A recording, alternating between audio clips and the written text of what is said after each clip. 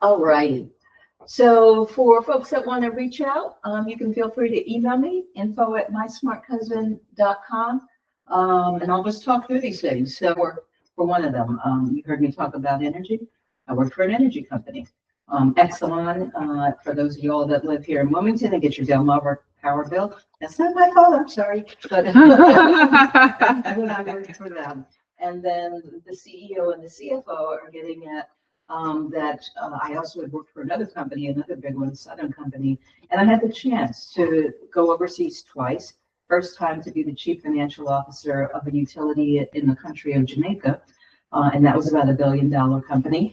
And the second time was to be the CEO of a company in the Bahamas, and that was another energy company. So that's that credential. Then the real estate investor. So what is it that I do? I buy houses. I fix them up. I rent them out. Sheree actually worked with me on a house that was exactly that. Buying it, fixing it up, renting it out. 2531. So 25, I own 25 properties. 31, it comprises 31 doors.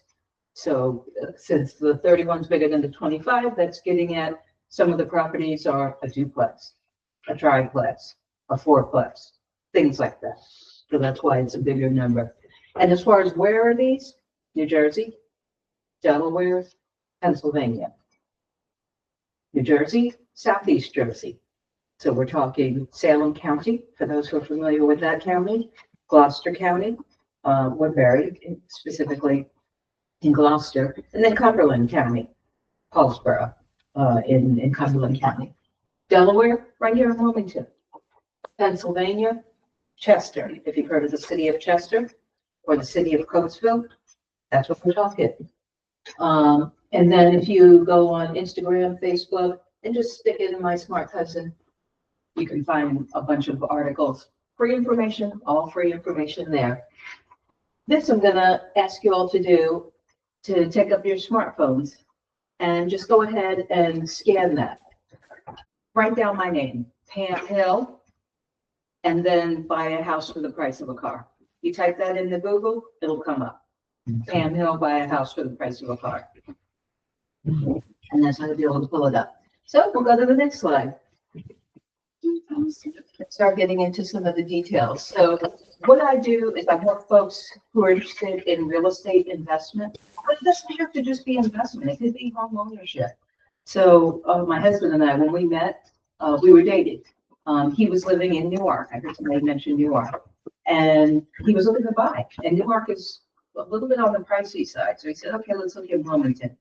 So we looked in Wilmington, but we looked this way. Type on Google, looking for house, real estate. Further, max 60,000. Up comes Google, and up comes the regular real estate sites that you would be familiar with. Zillow is probably the most famous one.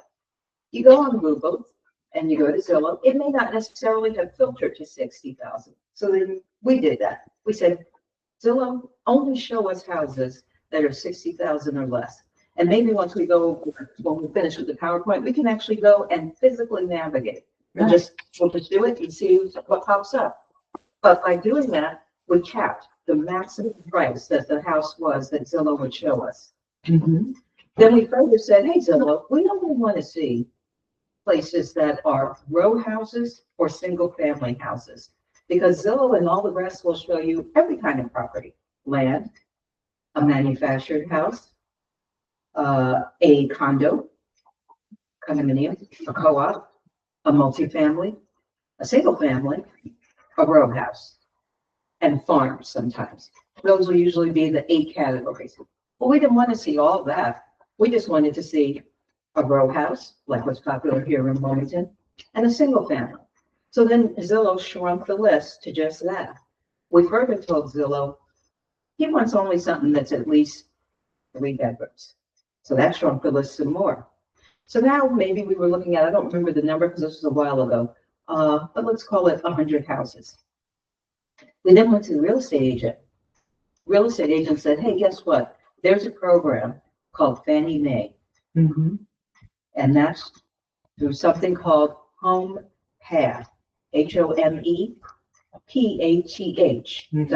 homepath.com. He said, look for houses that say they are home path. Why?